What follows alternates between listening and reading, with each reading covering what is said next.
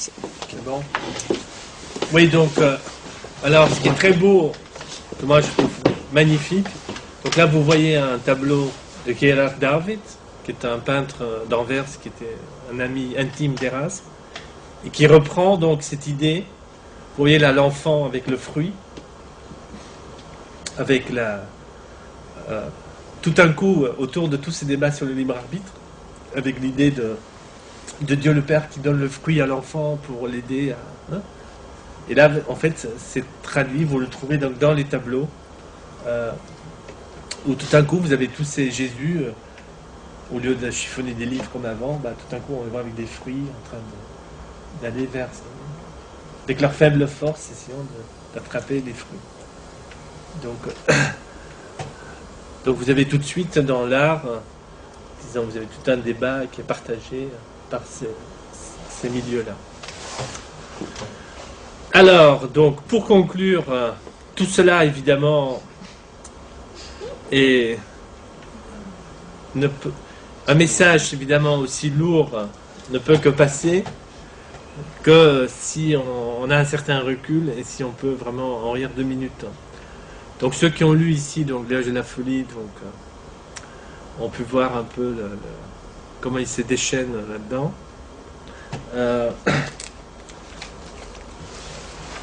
Alors, puisque nous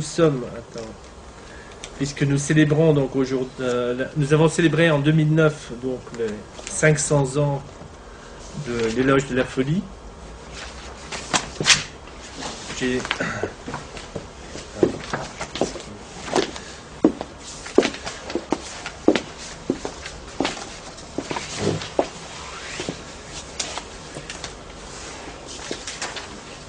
Alors, Mathilde, tu peux venir, tu devrais... Moi, je vais faire je vais jouer la folie. Non, on va faire l'autre. Mais c'est pas dur, c'est juste des questions. C'est où? C'est les papiers? Non, viens ici, je te le donne.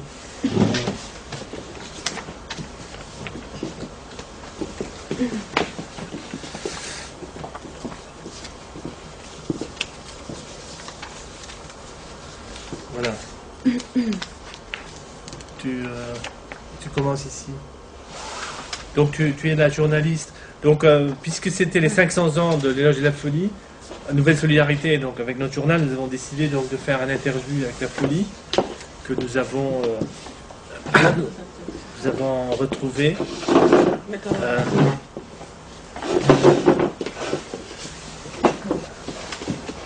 Donc voilà, Mathilde qui représente le journal va poser des questions à la folie.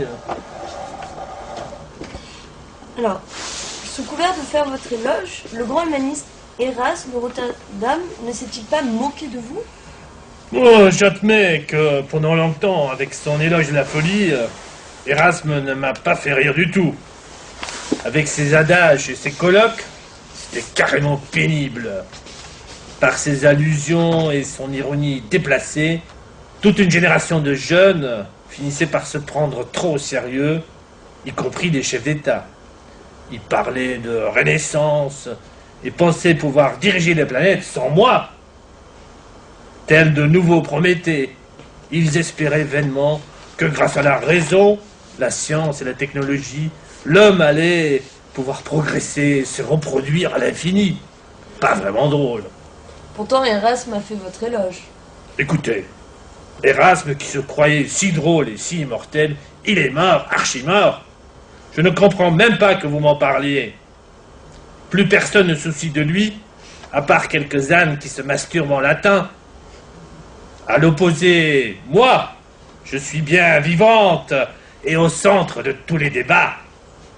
Mon nom est sur tous les lèvres, admettant que j'ai eu du mal à remonter la pente, mais depuis mai 68, j'ai réussi, avec quelques copains de ma famille, à reprendre les commandes dans la plupart des domaines. D'ailleurs, mon omniprésence se démontre facilement par le fait qu'aujourd'hui, pour qualifier quelque chose d'excitant et hors du commun, la plupart des gens s'exclament « C'est dingue !» Tout ce qui est bon et méritoire se revendique de moi. À Paris, quand les prix sont avantageux, on marque « prix en folie ». Et l'un des meilleurs restaurants s'appelle la Moule en Folie.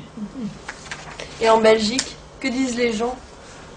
Depuis que j'ai fait chasser Erasme de Louvain, le royaume et ses dirigeants, le royaume est à mes pieds et les gens m'honorent comme le prince. Il est vrai qu'en tant que docteur honoris causa de l'Université catholique de Louvain, j'ai récemment dû mettre mon veto à l'acquisition des bâtiments où Erasme avait fondé son collège trilingue, dans l'illusion absurde de pouvoir empêcher les guerres de religion. Les gens oublient, mais pas moi. Il ne faut pas se moquer ni de l'Inquisition, ni du beau monde. Et au niveau mondial, précisément, êtes-vous écouté? Ah, plus que jamais, car nous sommes revenus aux années folles. En politique, je conseille la plupart des chefs d'État contemporains. J'étais folle de joie de pouvoir présider le G20 et de participer à la rédaction du traité de Lisbonne, bien que j'ai dû bosser comme une vraie dingue, pour ainsi dire comme une folle. Berlusconi, Brown, Sarkozy, Merkel, Obama, tous m'appellent plusieurs fois par jour sur mon portable pour savoir combien de mes sympathisants se rallient à leur cause. Carla Bruni, en panne d'inspiration et de voix, vient de m'envoyer un SMS affolé. En économie, même Jacques Chuminade, qui se trompe rarement, reconnaît que c'est la finance folle qui dirige le monde. Depuis la bulle des tulipes, où je vendais un bulbe de fleurs au prix de la valeur cumulée de l'ensemble des maisons d'une ville entière, les bulles financières que je monte se succèdent à la chaîne. Mes agents financiers transforment en toute légalité des dettes folles en titres toxiques que tout le monde s'arrache à la folie. Si une bulle éclate, je rends flou. Et dès qu'il y a un problème, sur mon conseil, les États renflouent les créations monétaires les plus délirantes ou impriment de l'argent sans compter. Les courbes affolantes et affriolantes du CAC 40 sont les miennes. France Télécom, La Poste, la SNCF, le ministère de la Santé, tous me draguent pour mes compétences de cost killer. Pascal Lamy de l'OMC, Dominique Strauss-Kahn et Olivier Blanchard du FMI, tous consultent pendant de longues heures mon site internet avant d'exiger des coupes clairement folles dans les salaires, les retraites et les dépenses de santé. D'ailleurs, dans ce domaine, c'est moi le thermomètre. Alors que la vaccination et un bon niveau de vie pourraient protéger l'humanité de la plupart des maladies, une foule immense m'acclame, surtout en France, lorsque je leur fais croire que le H1N1 n'est qu'une vulgaire grippette qui suffit d'une gousse d'ail, d'un oignon ou d'un citron pour guérir d'une pneumonie foudroyante. Inutile de préciser que les croque-morts érigent des chapelles pour m'honorer. Grâce à moi, rien n'est fait non plus pour nourrir l'humanité. Suivant mes directives, on laisse crever les paysans, et fous de douleur, ils jettent le lait dans leurs champs. Toute cette folie crée une pénurie alimentaire et nourrit mes amis les spéculateurs qui m'adorent comme le veau d'or et font un fric fou. Pour me faire plaisir, une banque a changé de nom de Gold en Goldman Sachs. On voit que les vraies valeurs du monde, valeurs qui montent, c'est pas l'or, mais moi. Sur le plan culturel, c'est fou comment ça marche.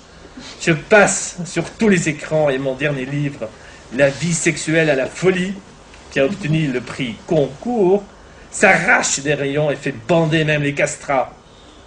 J'ai envoyé mon fils Yann Fabre à Avignon pour uriner ma publicité. Mais là-bas, les gens me connaissent depuis la construction du Palais des Papes. Mon second fils, Jeff Koons, a peuplé le château de Versailles de 6 millions de crustacés, ce qui n'est pas d'une folle originalité, car ce palais est depuis longtemps hanté par de vieux crabes. Mais je ne règne pas que sur les hommes. Chaque jour, pour faire monter la fièvre, un journal écrit en mon honneur que le climat de la Terre est devenu fou. Les écologistes m'adorent durablement, comme leur mère Terre, et dépensent beaucoup d'énergie pour construire des temples pour mes fils Éole et Hélios. Puisque vous me semblez si prospère et bien portante, vous pourriez éventuellement vous abonner à Nouvelle Solidarité. Alors là, faut pas pousser folie dans les orties. J'ai déjà pris mon temps précieux pour m'écouter parler, pas pour vous entendre. Enfin, je suis peut-être folle, mais pas encore cinglée.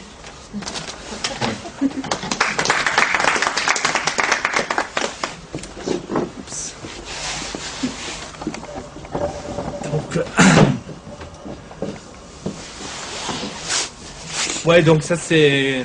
Je sais pas si on a besoin de plus d'exemples. Donc là vous avez une page de l'âge de la folie, donc avec les dessins de Holbein qui avait 18 ans, jeune. Vous avez le dessin d'Erasme qui s'appelle Het is niet omdat men den ezel naar school stuurt dat men als een paard terugkomt. Ce n'est pas parce qu'on envoie un âne à l'école qui revient comme un cheval. Et donc là, surtout, vous voyez les profs qui sont des ânes. Hein. L'âne étant l'image des aristotéliciens dans toute la littérature humaniste.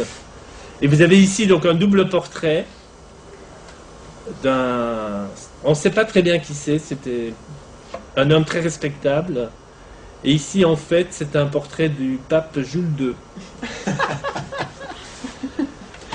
Fait par Quinten Metzès, donc un autre ami de Erasme à Anvers. Je vous laisse... Vraiment horrible. Comment? Vraiment horrible. Donc elle montre une petite fleur qui est le symbole de la virginité. Ah, du silicone. De la silicose. Alors, donc, évidemment, tout cela a provoqué une fureur énorme donc, de l'oligarchie en place. Donc, en 1559, lors du Concile de Trente, l'œuvre d'Erasme est mise donc à l'index. Elle y restera donc jusqu'en 1900. Et là, vous voyez, donc, ici, vous voyez, vous avez un portrait là d'Erasme gribouillé. Vous voyez même son image. Non seulement on brûlait les livres, donc les livres sont brûlés, hein, les autodafés. Et comme disait le poète Heine, ceux qui brûlent les livres finissent souvent par brûler les hommes. Donc, ce qui est effectivement passé. Et ici, donc même l'image d'Erasme était intolérable. Donc, dans les livres, on embauchait des moines pour aller barrer l'image d'Erasme dans les livres pour le gommer pour toujours de l'histoire. Donc quand même il faut le faire quoi. Les moines taggeurs. Les moines taggeurs. Alors la faillite, ou plutôt les faillites successives de l'Empire espagnol et la cruauté de l'Inquisition et les guerres de religion. Parce que donc ce qui se passe c'est que en tout cas ceux qui géraient le Vatican à l'époque donc veulent garder leurs privilèges et donc vont jouer la carte Luther, essentiellement pour détruire le mouvement humaniste autour d'Erasme. Et en se faisant cela, disons, seront... Donc Erasme lui-même le dit donc, dans sa fameuse lettre à Thomas More, en 1527, où il dit...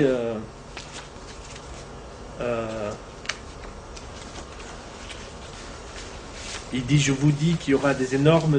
Dans les turbulences qui viennent...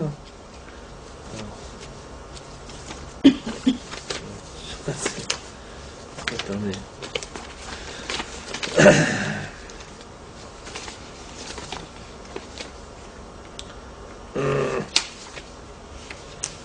Je ne sais plus exactement, on peut le trouver. C'est une lettre, une des lettres les plus connues, où il dit quelque chose comme dans les turbulences qui viennent, en fait, ce qui est fait aujourd'hui, on risque de provoquer donc un siècle de violence.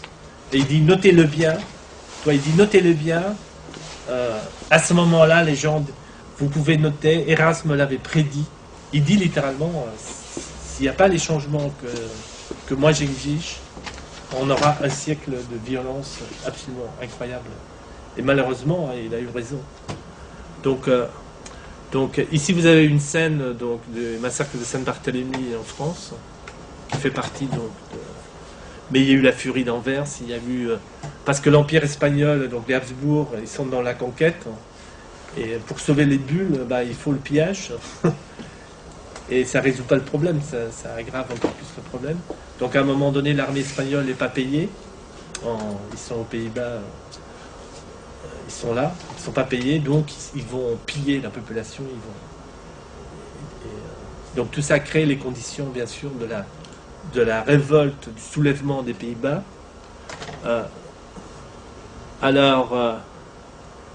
Erasme, bien sûr, a fait un énorme cadeau au monde par ses élèves, ou par les gens qui vont être inspirés par lui. Donc le premier, c'est Guillaume le Taciturne, qui va diriger donc, la révolte des Pays-Bas contre le soulèvement donc, contre les Habsbourg, en 1573, qui est directement inspiré donc, par Erasme. Ensuite, vous avez 3 géants de la littérature mondiale. Cervantes, qui est donc formé par un élève d'Erasme. Et aussi, si vous pensez au Don Quichotte et Sancho Panza, vous avez ce dialogue entre l'esprit, que Don Quichotte est un esprit déconnecté du monde réel, et vous avez un estomac, c'est-à-dire un monde Panza, qui est la panse. Vous avez un estomac déconnecté, en fait, de l'esprit. Et vous avez, à travers ces 2 figures, en fait, c'est une personne, coupée en 2, et qui entre en dialogue avec lui-même, parce que c'est le cerveau qui parle à l'estomac qui parle au cerveau. Et ils commencent à s'éduquer mutuellement. Et à la fin, effectivement, Sancho Panza a fini par devenir gouverneur d'une île, où il devient un responsable politique de très haut niveau. Et Don Quichotte, à la fin, sort de sa folie, etc. Donc, c'est quelque chose de remarquable à lire, mais qui est complètement inspiré par cette idée de l'éducation mutuelle de Erasme. Ensuite, donc, Shakespeare se réclame ouvertement de Thomas More comme étant sa grande inspiration. Et vous avez bien sûr la fameuse lettre donc, de Rabelais, où Rabelais donc, écrit à Erasme en disant écoutez Erasme, tout ce que je suis, c'est grâce à toi. Mais je suis un peu comme le petit bébé qui a poussé dans le ventre d'une maman. Tu n'as jamais vu mon visage. Il dit non seulement tu es mon père du point de vue intellectuel, mais tu es quasiment ma mère. Parce que je suis comme le petit bébé qui a poussé dans ton ventre. Tu n'as jamais vu le visage avant la naissance. Mais maintenant, coucou, je suis là. C'est extrêmement beau, extrêmement touchant. Je peux vous donner le texte. Donc pour la Belgique... Donc je pense que c'est très important, en tout cas dans toutes les expériences de laboratoire et in vivo que nous avons pu mener, dans toutes nos discussions, que chaque fois quand nous voyons des gens qui... Je pense qu'en Belgique souvent, vous voyez des gens qui sont intelligents, qui sont bons, mais qui ont une certaine hésitation vraiment à savoir qui ils sont. Quand vous leur parlez d'Erasme, tout d'un coup vous voyez les petites étincelles, les gens commencent à se dire oui c'est vrai, il y a eu... Vous voyez, il y a eu quelque chose de grand. C'est-à-dire que là, vous avez un exemple magnifique, en tout cas pour ce pays, de qu'est-ce que c'était la vraie grandeur, qui n'est pas la grandeur d'un empire, mais qui est une grandeur humaine, et que c'est quelque chose que vous pouvez rêver, qui est latent dans les gens. C'est-à-dire que Christine peut en témoigner, nous avons fait plusieurs expériences, quand on commence à parler d'Erasme, tout d'un coup les gens... Ça surprend même qu'un parti politique puisse parler d'Erasme, mais ça, effectivement, ça déclenche quelque chose de très intéressant chez les gens.